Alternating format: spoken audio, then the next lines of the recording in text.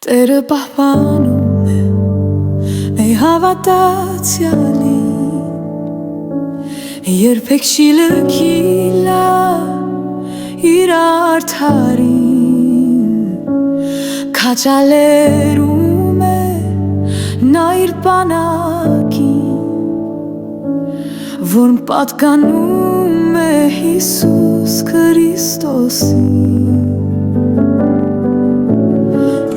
Բարձրացեք զորքեր արքային, ողջ փառքը տալով միայն բարձրալին, թող գա քո արքայությունը, բերի իր հետ փրկությունը, դու աշխարհի պատմությունը, գրող մեր